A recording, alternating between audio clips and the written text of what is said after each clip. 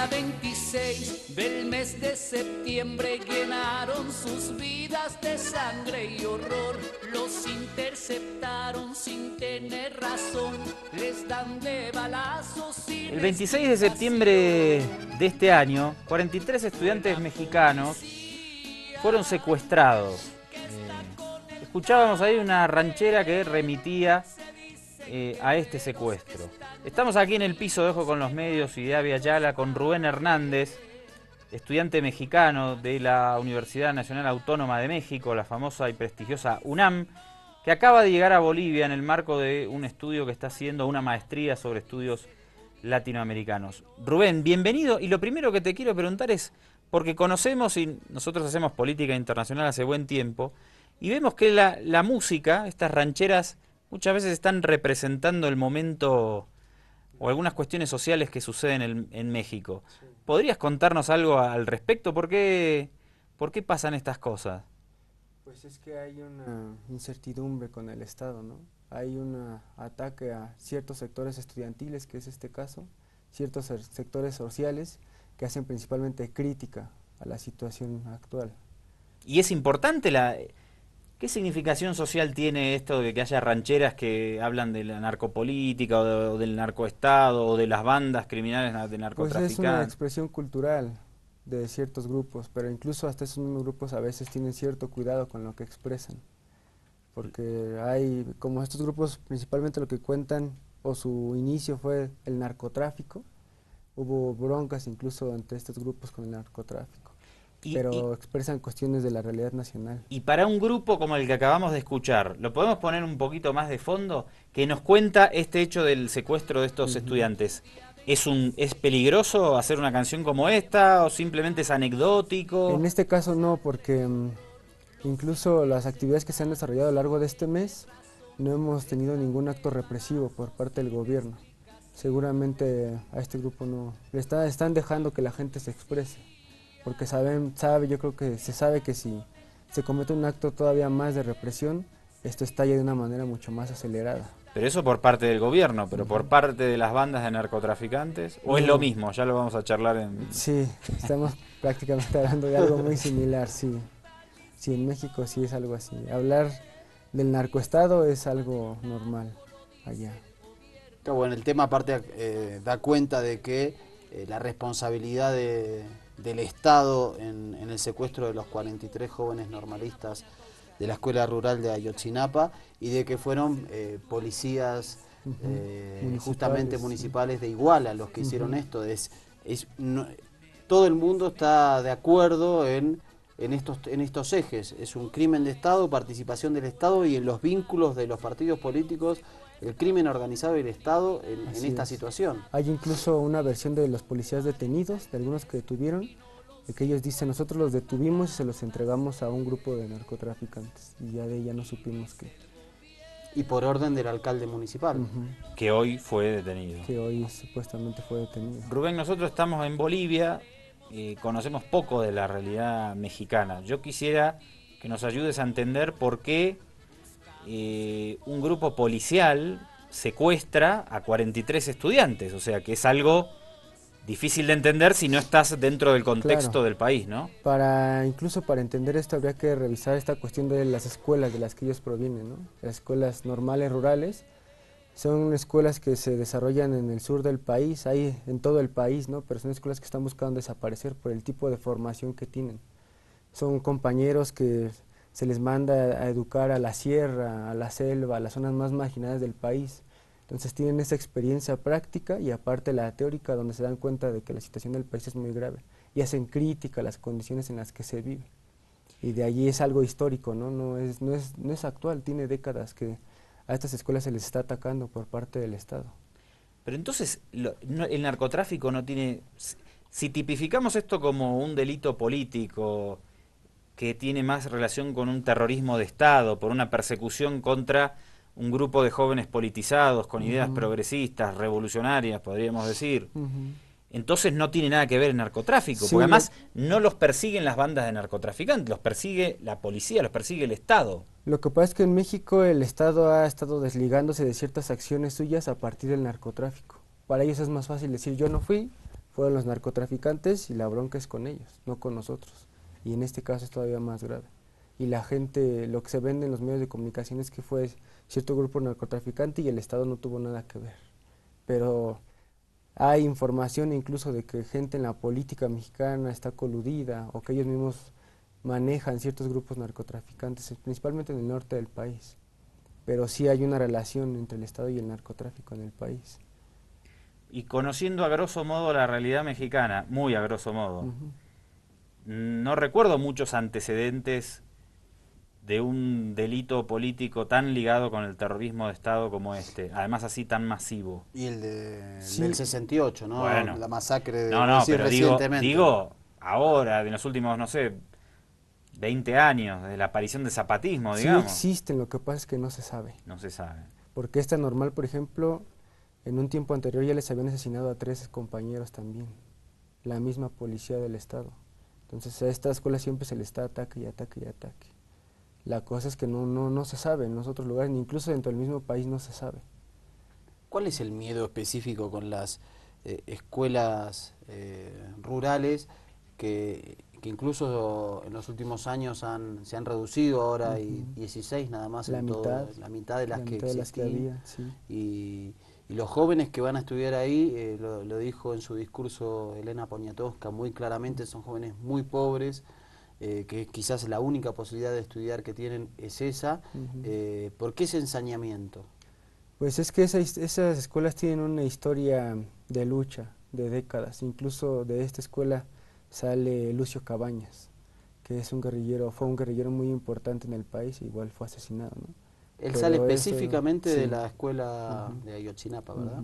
Exactamente. O Entonces sea, ese temor a que haya una organización que se contraponga. Y ahorita que estamos durante este periodo con este gobernador, con este presidente que trae políticas completamente neoliberales, pues hay un temor de parte del Estado que se genere algo allí. pero ni siquiera los zapatistas les hicieron una acción de terrorismo de Estado para desaparecer a más de 40 militantes. Pues allá la acción fue contra los indígenas. No recuerdo ahorita exactamente el lugar, pero eran compañeros indígenas, mujeres y niños también ahí que estaban, me parece, rezando.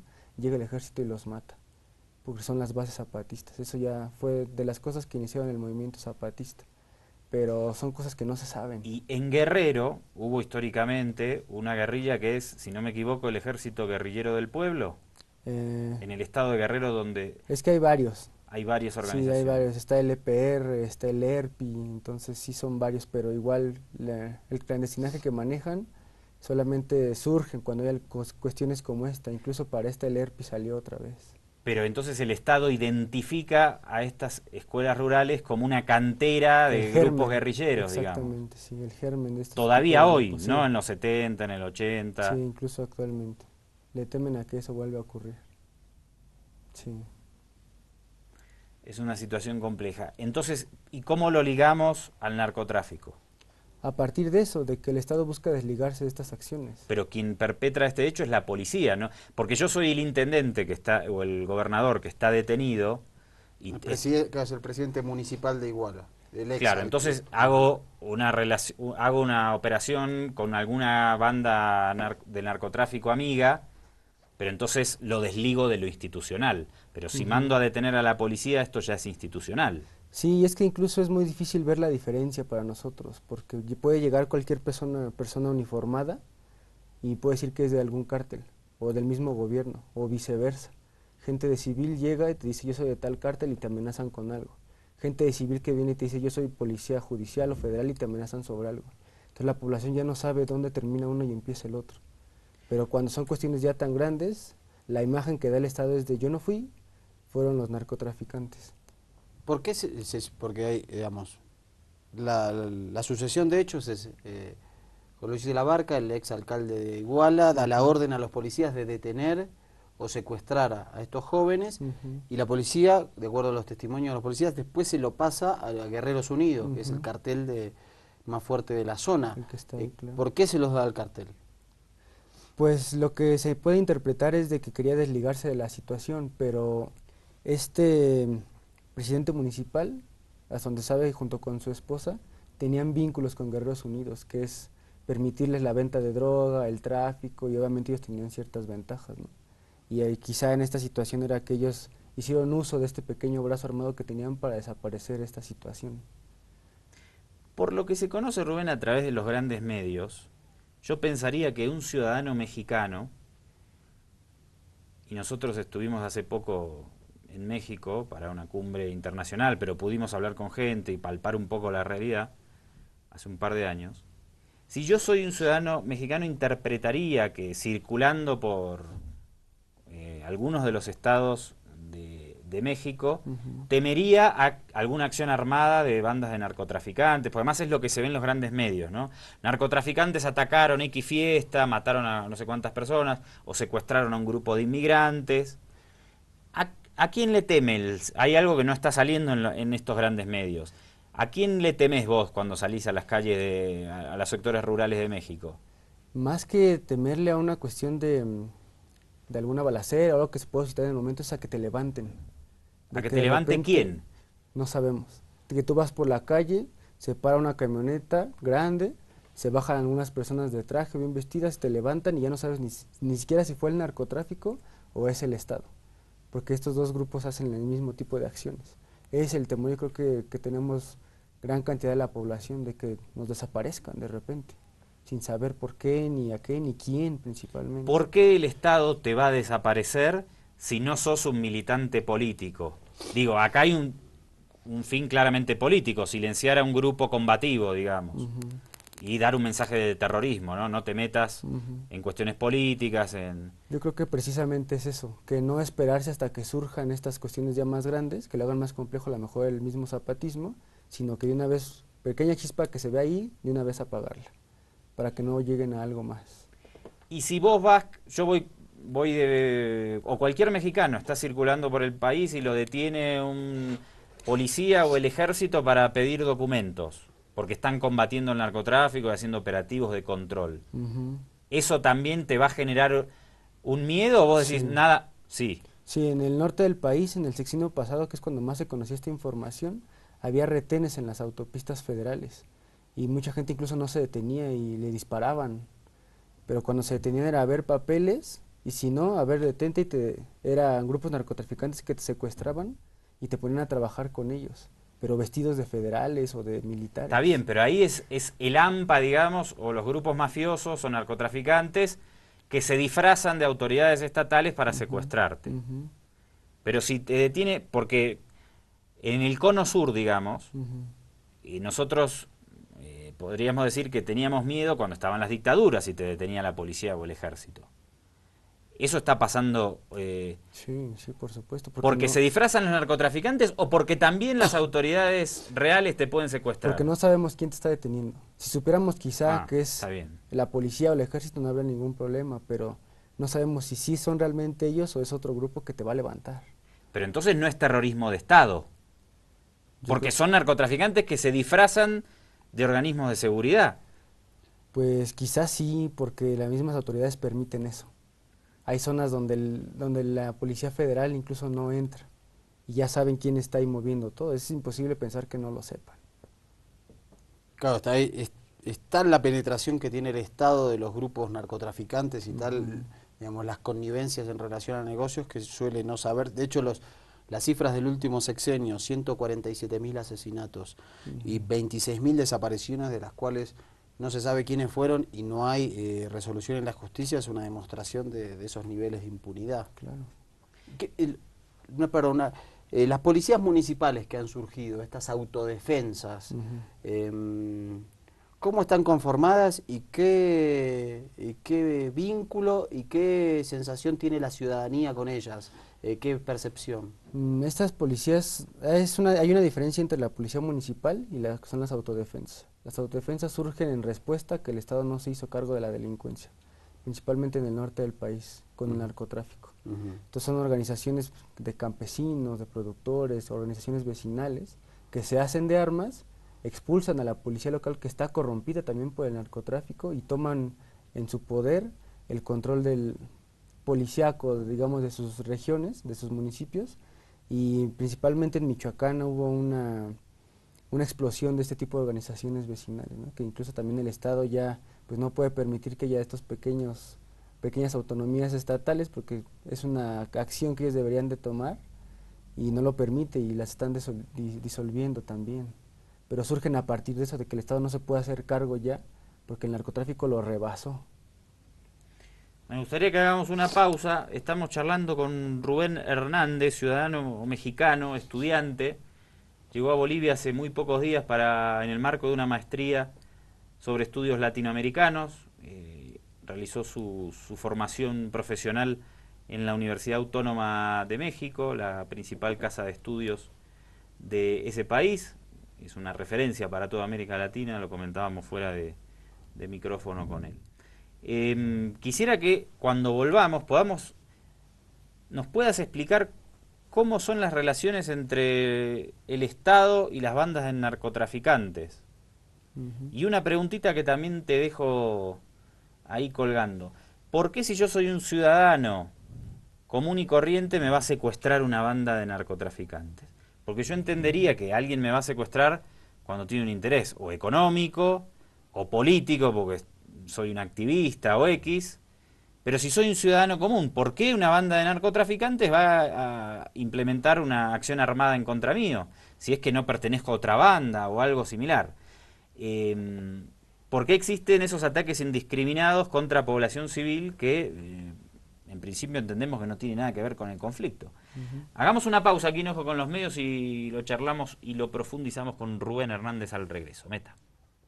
Un día 26 del mes de septiembre llenaron sus vidas de sangre y horror.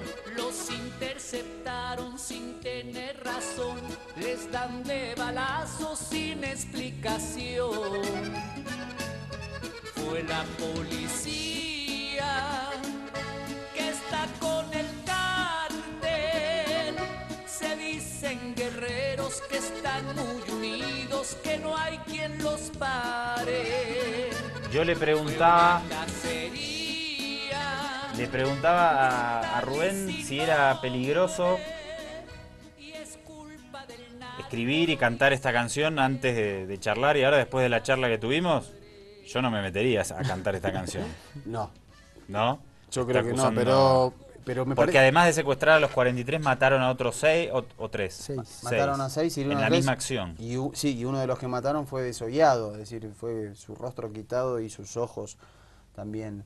En una muestra. Hay que tener ovarios, esa mujer tiene muchos ovarios para ponerse a cantar esa canción. Pero lo que pasa es que ha generado esto en México una ola de indignación que hacía años que no se veía, y las manifestaciones han sido masivas en todos los departamentos del Estado mexicano. Creo que, digamos, a veces el Estado, las bandas criminales, quienes se manejan con una impunidad constante, no se dan cuenta cuál es el límite de esa impunidad. Rubén, hay un llamadito de una persona que quiere comentar algunas cuestiones sobre México. Estamos en comunicación. ¿Con quién hablamos? Buenas tardes, buenas noches. Comandante, muy buenas noches a ti y a tus camaradas. Y un saludo grande al joven que ha venido de México, porque para la edad que tiene, dar tanta información es algo positivo, bueno, y además, como te digo, que nos está poniendo en el tiempo de la realidad.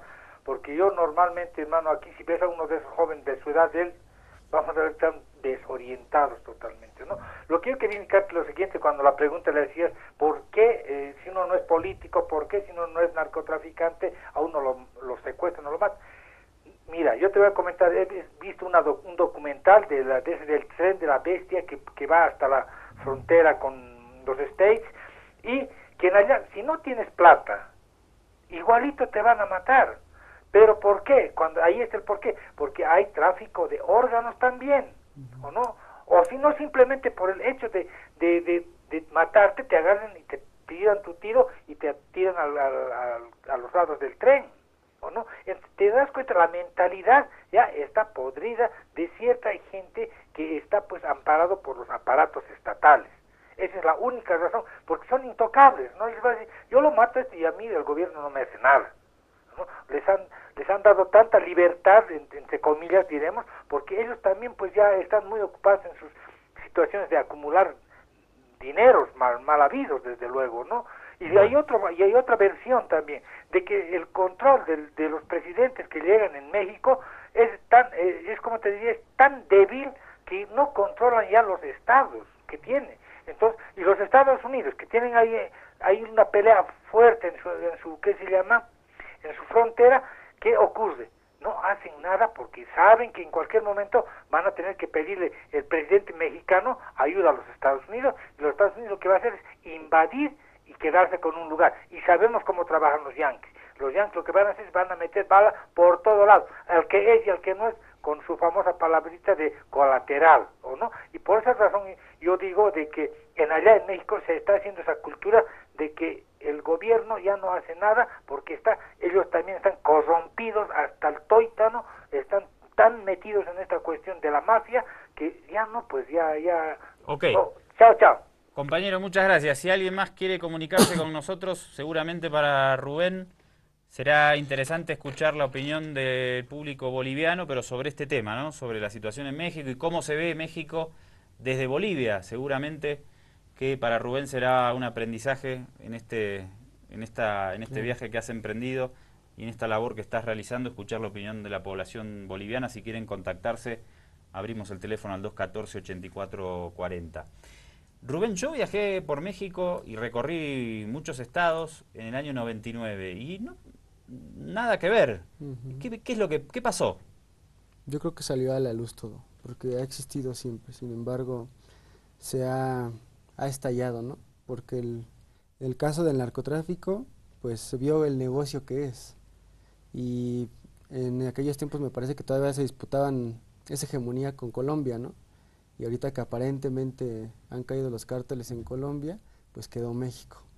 Y de allí, bueno, vienen todos estos choques entre los cárteles mexicanos que dan a una lucha que hasta ahora se ha hecho pública y se ha hecho mucho más grave, mucho más radical entre ellos. ¿Hay algún poder nacional o internacional al que le interese que México esté en esta situación? ¿O que salga beneficiado de esta situación? ¿Beneficiado México? No. ¿Algún poder nacional o internacional? Pues no sé en qué tipo de poder, no habría que definirlo, pero pues para Estados Unidos el tráfico de droga es muy importante. Y México pues es ese camino que tiene que recorrer la droga para allá, porque se mueve mucho capital, mucho dinero, ¿no? Hay mucha ganancia de por medio y la bronca que tienen entre ellos es por ver quién se queda con la parte más grande de eso. Yo creo que el interés es más que nada allá arriba. ¿Por qué Guerrero, el estado de Guerrero, Iguala, Ayotzinapa, es el lugar que más cifras de muertes violentas tiene? Pues, porque me impresionó, yo pensé, digamos, uno quizás en el lugar común piensa que, los estados norteños son los que tienen esa potestad por ser zona de tránsito, siempre, digamos, Tijuana está como en el centro de la escena, pero vi las cifras y es Guerrero. Sí, es que hay varios.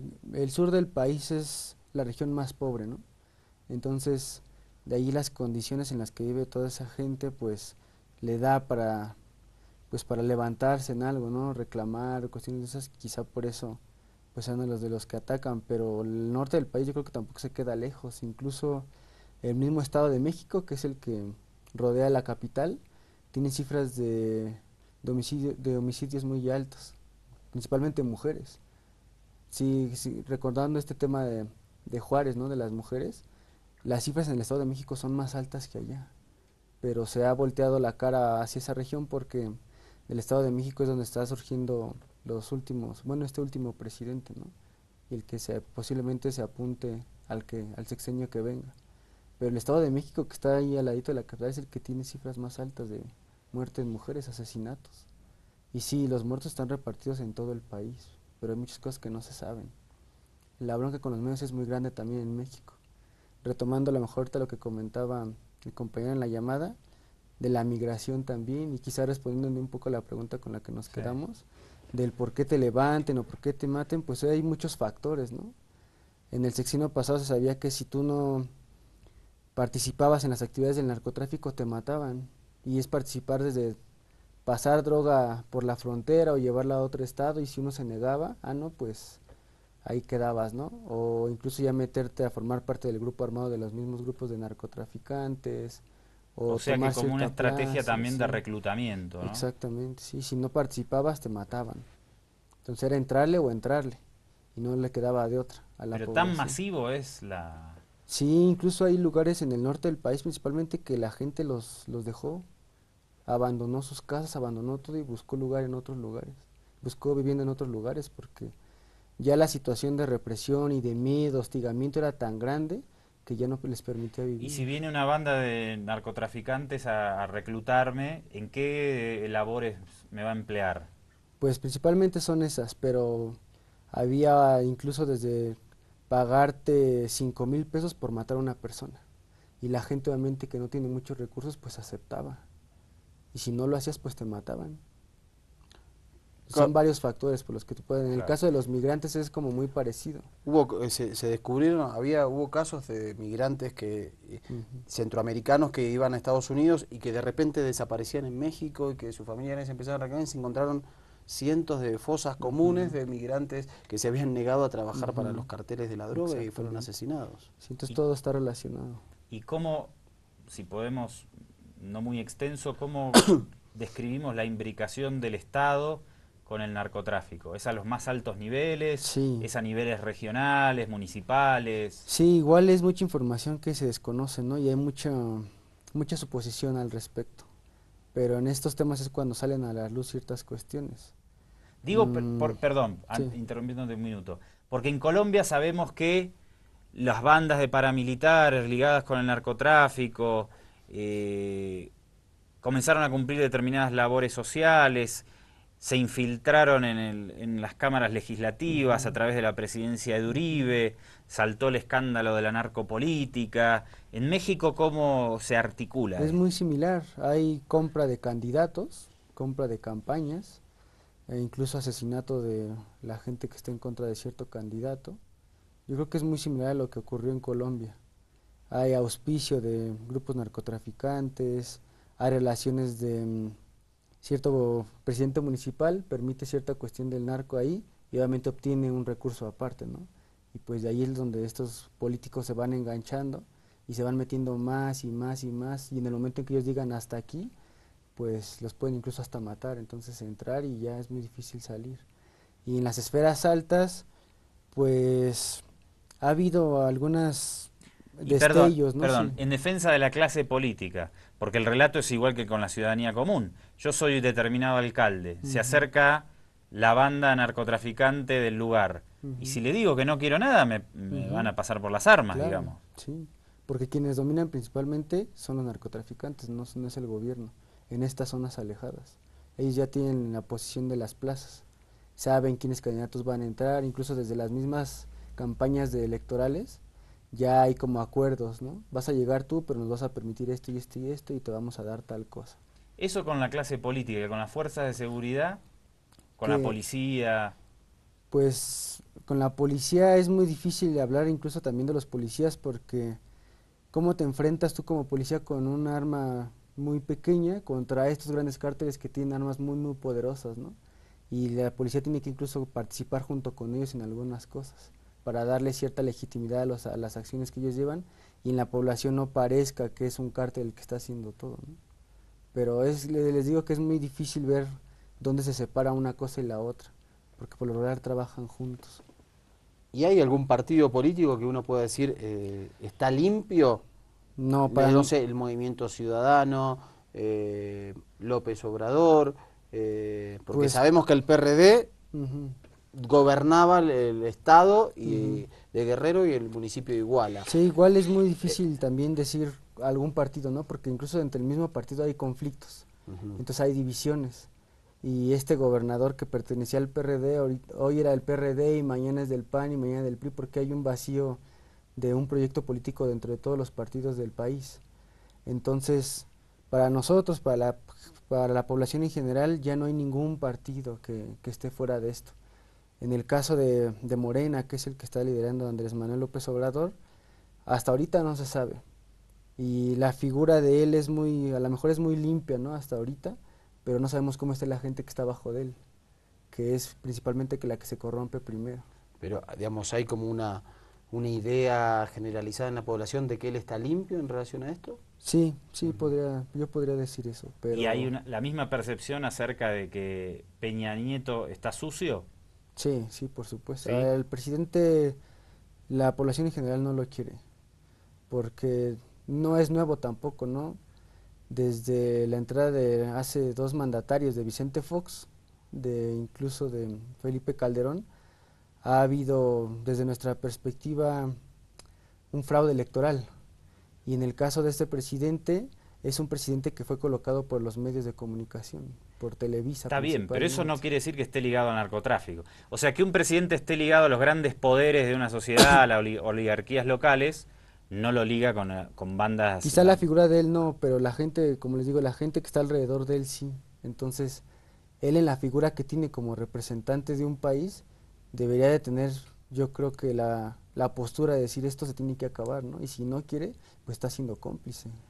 Y eso una evidencia de eso es el enorme retardo que hubo para reaccionar en este caso de los... Y ¿no? las largas que le siguen dando al tema, ¿no? Ahorita el mismo gobernador, el nuevo que acaban de poner, porque el anterior se destituyó, está diciendo que están vivos, solamente hay que encontrarlos y darle más largas al tema. Y cuando le pregunta a las familias, al Estado, ¿dónde están estas 43 personas? La respuesta del Estado es, pues déjenme buscarla en las fosas. Está diciendo que están muertos, ¿no? Si yo les digo busco en los panteones es porque estoy buscando muertos. Entonces sí hay una complicidad allí también por parte de ese tipo de poder. Y se han encontrado más de 20 fosas, Sí. buscando a los jóvenes normalistas de personas que No se sabe también quiénes son, hay que ni por identificar. qué están ahí y eso. ¿Hay alguna cifra estimativa de los desaparecidos durante no sé, los últimos 10 años? El último sexenio, 26.000. Igual se podrían dar cifras, ¿no? Pero son muy, oficiales, ¿no? Sí, son muy escasas. La cifra de muertos del periodo anterior, que es cuando se desata esto del narcotráfico, anda por los 20 y tantos mil. Pero hay otras cifras extraoficiales que llegan hasta los 200.000. Entonces es muy difícil dar una cifra como tal, ¿no? Pero de que son miles y miles de personas, muertos, pues, pero sí. desaparecidos es otra cosa, ¿no? Pues yo creo Digo, que sí. para la cuestión familiar, el simbolismo del desaparecido es... Porque bueno, el muerto ya sabe que lo mataron, Ya ¿no? sabe Pero que el lo desaparecido... Eso es una No hay cifra cifras terrible. como muy certeras, ¿no? Son las que vierte el Estado y a ver, de ahí súmale el doble o el triple, porque no se sabe. Pasa que la cifra oficial ya es tremenda del sexenio. Se habla de 26.000, es una cifra oficial, y no hay... durante los 6 años de Felipe Calderón. Exactamente, esa es la cifra oficial que hay. Como dice Rubén, eso se multiplica, porque Sí. si no hay denuncias y no hay detenidos por esa situación, no hay enjuiciados. Exacto.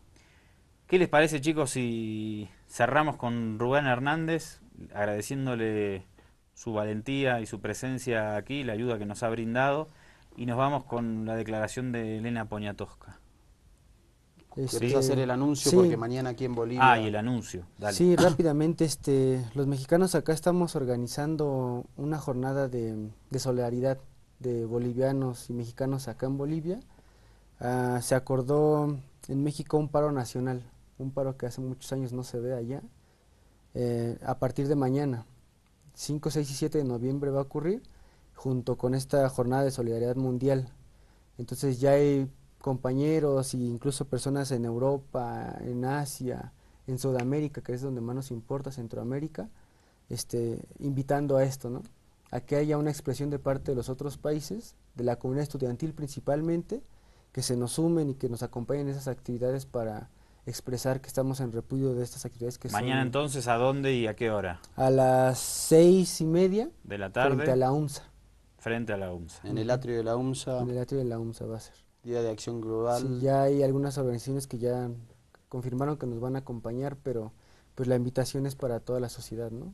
Van a ser foros de información principalmente y una expresión a partir de eso. Bueno, excelente. Le agradecemos a Rubén Hernández, está haciendo una maestría de estudios latinoamericanos. Llegó hace muy poquito aquí al Estado Plurinacional de Bolivia. Te volvemos a dar la más cordial bienvenida y esperemos que tengas una estadía enriquecedora, Rubén. Gracias. Muchísimas gracias. Gracias por el espacio. Muchas gracias. Y nosotros nos vamos con la 10, por favor, con Elena Poniatowska, una intelectual, una referente de México, y mañana los encontramos en la próxima emisión de Ojo con los Medios. Doctor, Mandante. interesante lo de hoy, ¿no? Sí, muy fuerte. Me parece que esto puede ser una historia bisagra para México, por lo tanto, con la influencia que tiene México en Centroamérica, me parece que puede ser una influencia muy poderosa. Hay que estar muy atentos al devenir de este proceso histórico político en México. Dale, nos vamos. Hasta la próxima. Un abrazo grande. De los 43 muchachos desaparecidos de la normal rural de Ayotzinapa por la Policía Municipal de Iguala, Guerrero, reclamamos aquí, en el centro del país, en la capital de México, la presencia de los muchachos y pedimos a cielo abierto y en voz alta, regrésenlos. La normal rural de Ayotzinapa, Guerrero, es muy pobre, pero es el único lugar donde los que nada tienen pueden recibir una educación superior gratuita. Es la única opción de los campesinos que han escogido ser maestros rurales. Las habitaciones de los estudiantes de la normal evidencian la miseria, el abandono de los muchachos, su comida también. Cuando a uno de ellos le sirvieron leche, exclamó que era la primera vez que la veía y sonrió al decir que le gustaba. Así como la leche, son muchos los alimentos que los chavos desconocen, sus camisetas, sus mochilas, sus suétercitos, recargados en los muros de su cuarto vacío, sus utensilios de plástico, todas sus prendas son prendas de pobre. Ya es hora de que en México hablen los pobres, ya es hora de que los ciudadanos se manifiesten por encima de los partidos, ya es hora de que seamos consultados. Ser consultado es un derecho político que demandamos desde hace mucho tiempo los habitantes de los 32 estados de la República. Somos miles los mexicanos que no nos sentimos representados, miles los mexicanos que queremos una democracia participativa, miles los mexicanos que levantamos la voz y pedimos ser tomados en cuenta en los asuntos públicos.